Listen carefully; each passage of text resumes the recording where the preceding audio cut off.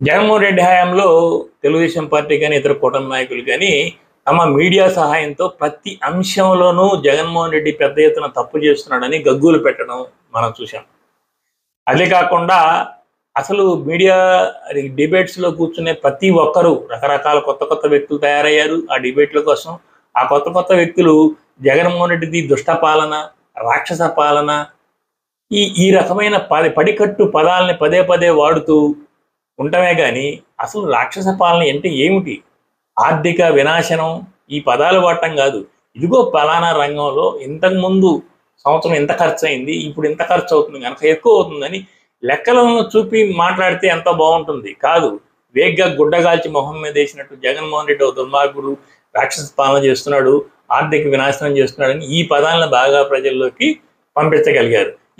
ఇప్పుడు కూడా ఎవడైనా సరే కదిలితే రాక్షస పాలన చేసిపోయాడు కదా, సర్దుకోలేక చస్తున్నాం, ఇలాంటి పడిగట్టు మాటలు మాట్లాడుతున్నారు తప్ప ఏ రంగంలో ఎంత అభివృద్ధి చెందింది, ఏ రంగంలో అతను ఎంత ఖర్చు పెట్టాడు, వీళ్ళెంత ఖర్చు పెడుతున్నారు, ఏ రంగంలో అతను ఏదైనా దుర్వినియోగం చేశాడా లేదా మిస్యూజ్ చేశాడా, అలాంటి వీళ్ళేమి జోలికి వెళ్ళటం లేదు. ఎందుకంటే వీళ్ళు చెప్తున్న ప్రతిదీ కూడా పూర్తిగా నిజం కాదు, అబద్ధం.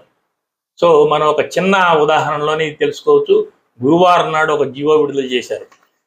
మామూలుగా ముఖ్యమంత్రి హెలికాప్టర్లు, వివిఐపీలు విమాన ప్రయాణాలు చేస్తూ ఉంటారు. కొంతమందికి సొంత విమానాలు కూడా ఉన్నాయి.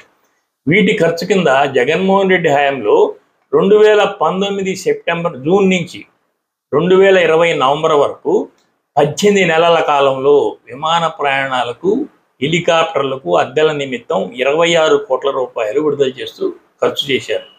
అంటే నెలకి 1,44 లక్షల రూపాయలు ఖర్చు చేశారు విమాన ప్రయాణాలకి, హెలికాప్టర్ల అద్దెలకి. సహజంగా ముఖ్యమంత్రులు హెలికాప్టర్లు వాడటం అనేది సహజం, వాళ్ళ సమయ పాలన వల్ల కావచ్చు, భద్రతాపరమైన కారణాలు కావచ్చు, దాన్ని ఎవరు తప్పుపట్టరు. అయితే దీనిని పెద్ద ఎత్తున గగ్గోలు పెట్టింది తెలుగుదేశం మీడియా, అనుకూల మీడియా. జగన్మోహన్ రెడ్డి పూర్తిగా దుబారా చేస్తున్నాడు, రాష్ట్ర ప్రభుత్వ ఖజానా అంతా ఖాళీ చేస్తున్నాడు, ఎక్కడికి వెళ్ళిన హెలికాప్టర్లు, ఎక్కడికి వెళ్ళిన విమానాలు, ప్రజాధనం దోచుకుంటున్నాడు అన్నట్టుగా వీళ్ళు ప్రొజెక్ట్ చేశారు. కానీ ఇప్పుడు గురువారం ఒక జీవో విడుదల చేశారు. ఇప్పుడు వీళ్ళు వచ్చినాక విమాన ప్రయాణాలు, హెలికాప్టర్ అద్దెలు వివిఐపీలకి, ముఖ్యమంత్రులకు కానీ వీళ్ళకి, అంటే ఇప్పుడు ముగ్గురు తిరుగుతున్నారు. పవన్ కళ్యాణ్ ఎక్కడికి వెళ్ళినా ఇది తీసుకుంటున్నాడు హెలికాప్టర్, మన నారా లోకేష్ ఎక్కడికి వెళ్ళినా హెలికాప్టర్ తీసుకున్నాడు, ముఖ్యమంత్రి సరే అవి కాకుండా సొంత విమానాలు. వీళ్ళ తిరుగుతున్న ఖర్చులు దాదాపు 25-26 ఆర్థిక సంవత్సరం ప్రారంభమైన మొదటి 3 నెలల్లో 19,12 లక్షల రూపాయల నిధులు దీని కింద విడుదల చేయాల్సి వచ్చింది. అంటే ప్రభుత్వం ఇచ్చిన జీవో ఆధారంగానే మనం చెప్తున్నాం, మన సొంతంగా ఏం చెప్పట్లేదు, ఊహించి ఈ లెక్కల ప్రకారం ప్రతి నెల వీళ్ళు విమాన ప్రయాణాలు, వివిఐపీల హెలికాప్టర్లు, ఈ ఖర్చులన్నీ నెలకి 6,37 లక్షల రూపాయలు ఖర్చు చేశారు.